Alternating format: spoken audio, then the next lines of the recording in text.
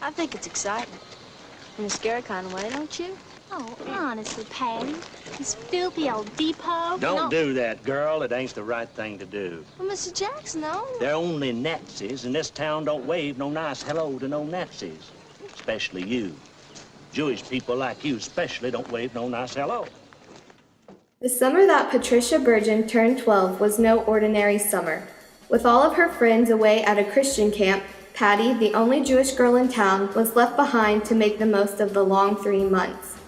Her small town of Jenkinsville, Arkansas was turned upside down when a train full of German POWs rolled into the station. Tensions in the small town ran high with the thought of hosting German Nazis, and the boys were not welcomed by the town. Patty spends most of her time trying to stay out of trouble, but that was not easy with her disapproving parents. Instead, Patty finds comfort in Ruth, her African-American housekeeper and friend. One afternoon, while working in her family's general store, a guard with several POW soldiers walked in. Despite the negative feelings of her father, the men were allowed to look around the store. There she meets Anton Riker. He was a young German soldier and spoke perfect English, and despite being one of the POWs, he didn't hold many of the Nazi views. When Anton escaped the prison, Patty remembered the kind young man and hides him in an abandoned apartment above her garage. It is there that Patty and Anton form a special bond. The Jewish girl and Nazi boy became friends. In the apartment, Anton took on the role of a teacher and helped Patty understand just how special she truly was. But the comfort of their friendship wore off. When word of Anton's escape reached the town, the FBI and police were on the hunt. Patty couldn't keep him hidden forever. Would Anton make it to freedom?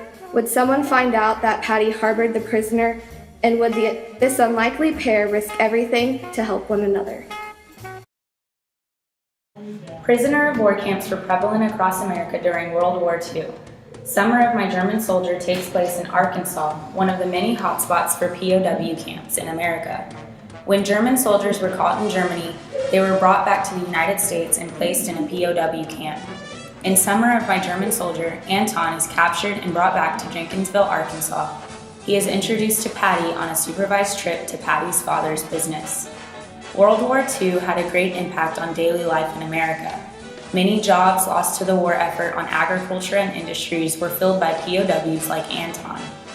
The government contracted out POW labor to private citizens, with over half of the contracts going to farm work. In the South, POWs picked cotton, cut sugarcane, and harvested tobacco. Nearly 372,000 Germans were held in U.S. prison camps during World War II.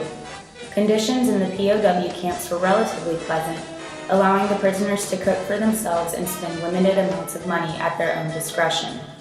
Some POWs made friends with Americans from the surrounding communities, like Anton and Patty did.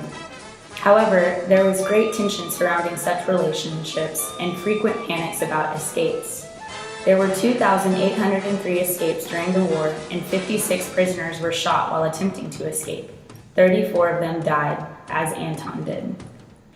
More than 600 camps existed throughout America. The camps were required to be located 500 feet away from civilian traffic. American military patrolled within and around the camps. And POW camps were surrounded by double chain link fences. In between the chain link fences were houses for guards and their watchdog. POW camps were built where work could be found, relieving some of the labor placed on the agricultural industry. Base camps were the largest, which housed 3,000 to 4,000 men, while branch camps housed 250 to 1,000 men. Branch camps were typically built where seasonal work could be found. When word about the capture of 8 Nazi saboteurs made its way to Arkansas, terror filled the small community. Anton's escape had just been revealed, and the FBI believed that he intended to meet up with these spies. It is thought that the group of 4 landed in Florida, while another group landed in Long Island. Like in the book, 8 Nazi saboteurs were caught on the Atlantic coast.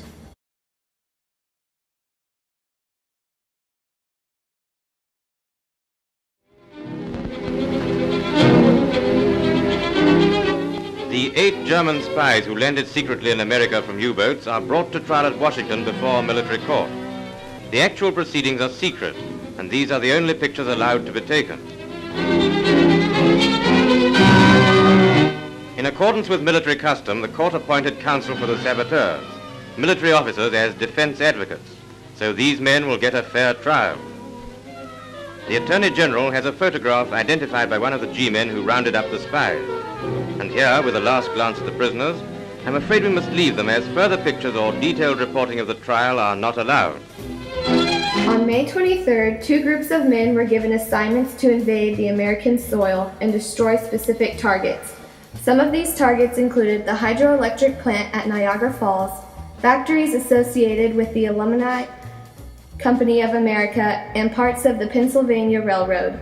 In addition, the teams were instructed to plant bombs in Jewish-owned stores. The first group of men were bound for a beach near Jacksonville, Florida, and the second group were destined for Long Island. Each team was supplied with waterproof crates containing explosives, timing devices, and wires. 13 hours after their arrival in America, the FBI had confiscated everything that the saboteurs brought from Germany. On June 22nd, the FBI had apprehended all members of the saboteurs who landed on Long Island and would soon capture the 4 who landed in Florida. In Summer of My German Soldier, readers are faced with constant anti-Semitic views against Jews and prejudiced attitudes against Germans. Patty and Anton bond over the fact that they both experience seclusion based on their race. When Patty initially takes Anton in, Anton asks Patty why she's risking getting in trouble for him, assuming Patty has German ties. Patty tells Anton she's Jewish. In a shocking revelation, Anton and Patty become much closer, realizing they are both, in a way, on the run. The German government seized property and businesses from Jewish citizens in the 1930s. In addition, laws were passed to take away their civil liberties and rights. After the invasion of Poland in 1939, this systematic destruction of rights turned into an attempt to exterminate Judaism in Europe. As the Nazi forces invaded Belgium, Denmark, France, Norway, the Netherlands, and the Soviet Union, Jewish people were gathered into ghettos and then imprisoned in labor camps, concentration camps, and death camps. 6 million European Jews had been killed by the end of the war in 1945. During the 1930s, many famous industry leaders and public figures supported the Nazi Party in the United States. Henry Ford was one of these men sympathetic to anti-Semitic views. Aviation hero Charles Lindbergh blamed Jews for trying to get the United States into a war with Germany. His views were similar to those of many Americans who were cynical about the war, angry at the loss of American life, and sick of rationing. A 1945 poll revealed that 58% of Americans believed that Jews held too much power in the United States. In Patty Bergen's Arkansas, Jews made up a very small fraction of the population. With the war going on, American attitudes towards both Germans and Jews grew hostile. Local POW camps usually created big news for the surrounding communities and proved irksome for citizens whose families were away at war. In Summer of My German Soldier, Patty was extremely curious when the train arrived carrying German prisoners of war. Some civilians and guards would foster friendships with the German soldiers because they felt sorry for them. Some even have German ancestors. However, reports of escapes, murders, and mischief worried the American public. Many Americans feared and disliked German soldiers. Any way you can get the truth out and be connected to your compass within, that takes a fearlessness, because to write the truth about yourself takes a kind of courage. Summer My German Soldier is based on a true story of a World War II story when patriotism is very high and anti-Semitism is very high. And it happened that a Jewish girl during those years gave food and shelter to a German prisoner of war. And during World War II, it was a felony. Well, it's about my life. I spent 40 years denying it was about my life, but it was a story that was bursting out to be told. And so you say, why did I admit it now? It seemed like the right time to do it. Before, I had felt that I'd harmed a lot of people. I was ashamed. It took me a lot of years to be able to say, I think I did the right thing. Now I'm sure I did the right thing. And that's my mission, truth. Truth is beauty, and beauty is truth. You're afraid that people will laugh at you, maybe. When people think less of you, maybe. On the other hand, look at me, who knew? I mean, that after all this time, I'd still be applauded. I mean, what did I do? I wrote truth. That's all I did. So now I'm free. The author Betty Green is best known for the book The Summer of My German Soldier. Although she spent many years claiming that it was not autobiographical, in an interview she later states, Summer of My German Soldier was inspired by an incident in her own life. Like Patty, Green spent her childhood in Arkansas, and her family was the only Jewish family in the town. Her parents owned the Ivinsky dry goods store, where they spent most of their time working. Both Patty and Green found comfort in their African-American housekeeper named Ruth. Green claims that the character in her novel was modeled and named after her own caregiver.